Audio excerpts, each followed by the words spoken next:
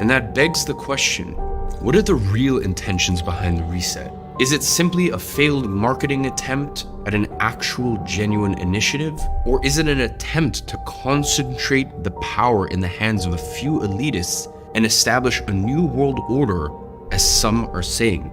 And if so, who is behind this? And why the heck do we even need a reset in the first place? So today, we are investigating the Great Reset. And more importantly, we're doing something that no one else dares to do. We are exposing how the world actually works behind the scenes.